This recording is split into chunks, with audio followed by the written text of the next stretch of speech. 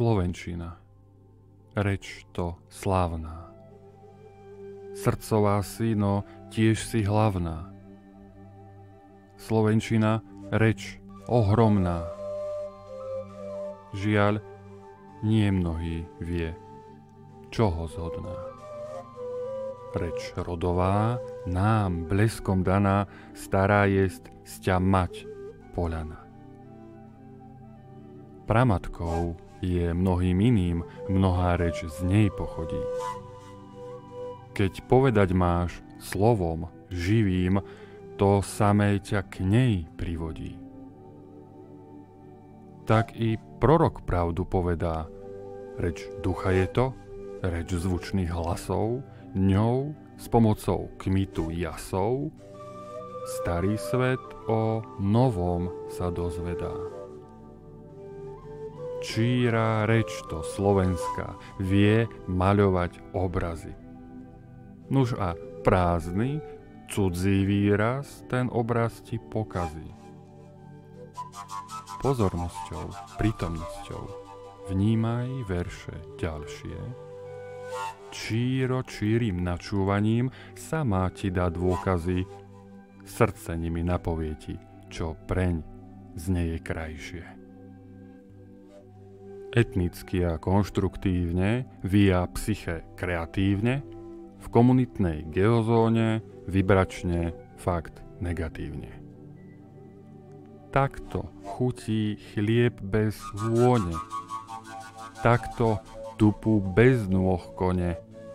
Toto len reč výrazová, toť reč prázdna, bez jasnosti, bez obsahu maľby slova, schválne matná z pochybnosti. Cudzozemci snahu mali, aby ti reč našu vzali, tú reč vhodnú našich časov. Múdra, dávna, hlboká. Nech skrz teba kvitne krásou šír vody jej potoka. Veď vkôľ koho tí obry našej zeme, vkôľ čomu tak dbajú v to Slovensku o pleme, vpriek divým besom, čo do nich štekali. Vkôľ čoho nám váhu ich životov nechali. Toť nech ti ich reč, tvoja rodná, srdca bytí rozpraví. Slovenčina daná nám, cíť česť, že daná tebe. Sťa poklad v rukách našich mám, sťa chuť v poctivom chlebe. Načúvaj reč, čo k tebe tečie, uč sa ňou zas rozprávať. Keď chceš nájsť poklady väčšie, nesmieš do nej cudzie brať. Zvuk slov nás prastarých, reč nášho ducha, keď v cite ju rozstavíš, v prúd tečie do duše, nie skrz len ucha.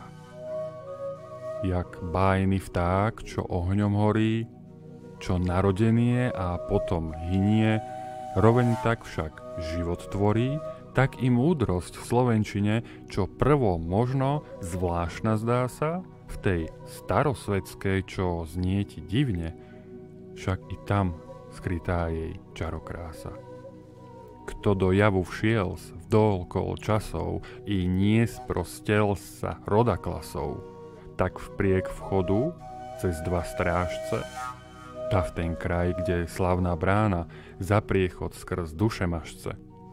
Pamäť ti nie odobraná, bačovíce v rod pridaná. Tak márni škrkot besná vrana, kto už rovný inam sa dá.